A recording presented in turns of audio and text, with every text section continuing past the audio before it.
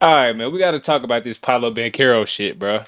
My nigga was the number one pick in 2022, and don't nobody even know. I hardly remember that nigga was even the number one pick. Let's be honest.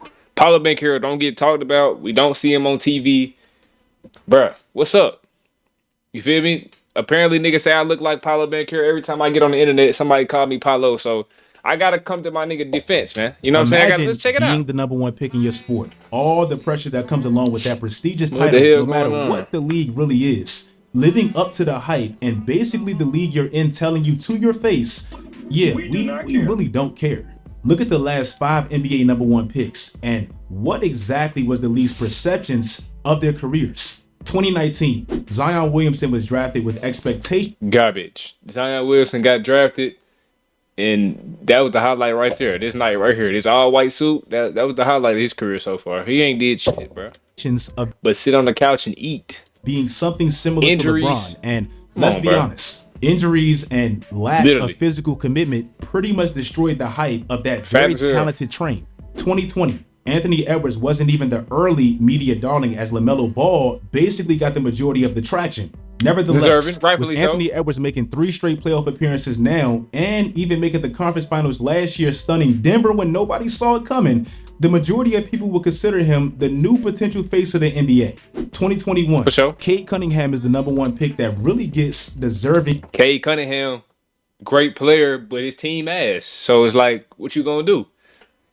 It's not much you can do with a weak ass team like the Pistons. Just saying, bro. Like, shit. sympathy. Even though to me, he's clearly proven his Cade, talent nice in as this hell. league.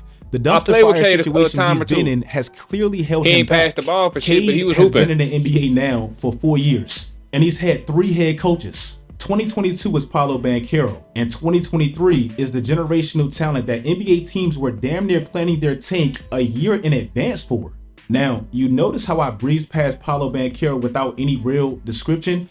That's exactly how the NBA treats a number one pick that's literally exceeded any expectations that one could possibly have.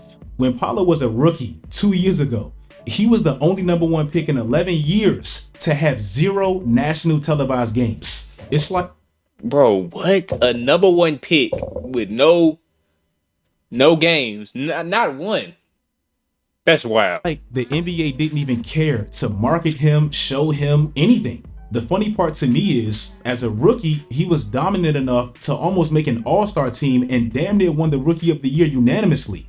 Paolo didn't even get a national televised game until February 13th of this year, 484 days after he was drafted number 1 overall. Paolo The finna other wake night, y'all niggas up, Paolo though. put together a 50 piece. And yes, granted, it was against the Pacers, who's notoriously bad defensively, but when I dive a little bit deeper, I think it's proven that this specific number one pick that actually lived up to being the number one pick might arguably be the most disrespected number one pick that I think I've ever seen.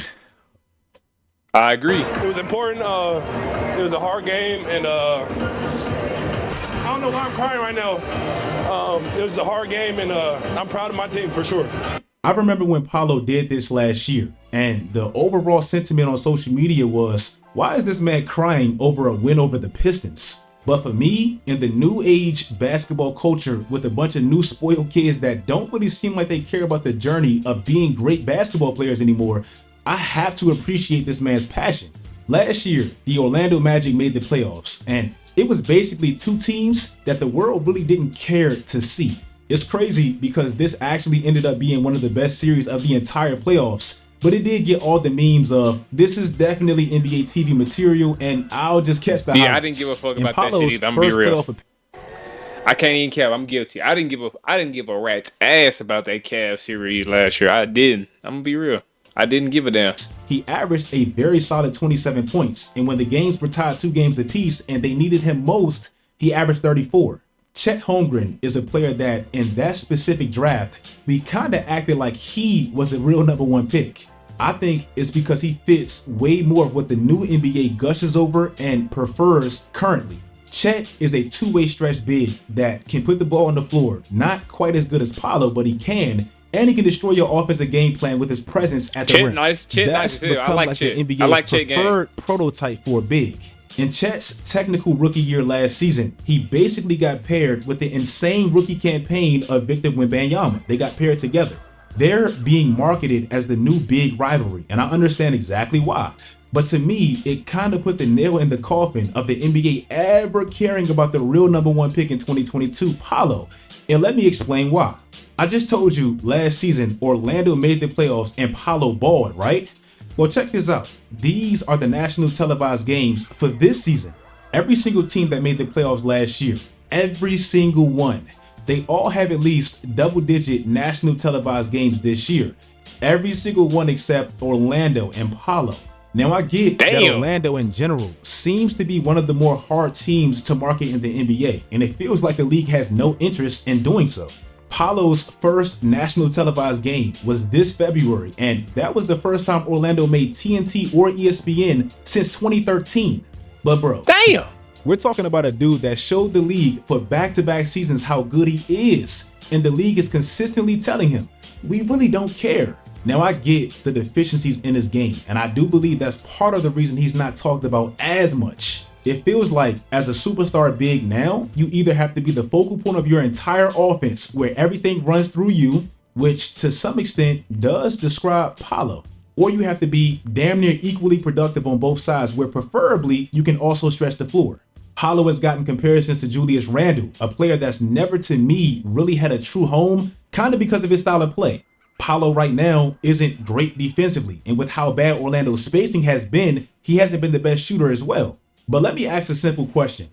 When exactly did results stop mattering? Like when? There's a young team in the NBA that's been praised for years for being the youngest good team in the league with unlimited potential, and that's the OKC Thunder. In the last 2 years, if Paolo was on the OKC Thunder, we'll be talking about him way more. I just think it's like Orlando has just got a bad rip. I don't know. They've improved their win total by 33 wins, and what makes it so impressive is how young they are. But what if I told you there was a team doing something very similar, but instead of being led by a player that was drafted in 2018, they're being led by a 21-year-old. Since Orlando drafted Paolo, they've been plus 25 with wins. That's only second to OKC.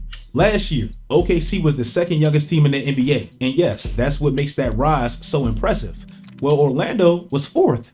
And to really show you how exactly abnormal what Paolo has done really is, these are the last 6 #1 picks, and these are their first year impacts on their teams. I love Wemby, but nothing really changed. Cade is a beast, but nothing really changed. Ant is like the new face of the NBA, but nothing really changed. Paolo is the only one that really has significant impact. Yes, I get he can tighten up his handle at times. Yes, I get he can be more active on the glass with his size. Yes, I get his defense can improve. But bro, he's 21 years old. He's undoubtedly the best player on his team. And if they're going anywhere, it goes all through him. Look at the last 2 #1 picks that the NBA actually cares about, Victor Wembanyama and Anthony Edwards. And look at how they feel about him. Yesterday, Victor Wembanyama was praising you. He even said that he thinks you're underrated. Do you Really? Yeah. What? I know. Look right up there. Take him, big bro. Yeah, he hard, man. He ready. He do what he want to do, though. He ready. Why you ready to play? I'm ready to play him. I just want to see him. He ready. No, you ready. How tall is he, though? 16. He ready too. I get he's not flamboyant and The flashy niggas know, like bruh. Ant. I know he's not a freakishly crazy physical talent like Wemby. But bro, we have a 6'10 shot creator with a handle who's physical and to me is like a hybrid of Melo and LeBron. Maybe the NBA should care about him a little bit more. If you guys like this video, like That was this a good-ass video. Somebody in my I ain't gonna comments lie. yesterday said, What y'all bro, think, though? where's the Paolo talk? And somebody said that on Twitter. So here we are, one of my favorite players. Follow my social media sites, turn on post notifications. Paolo Banchero, he finna turn up on y'all niggas. Don't even trip. He finna turn up on y'all niggas for sure. Just watch.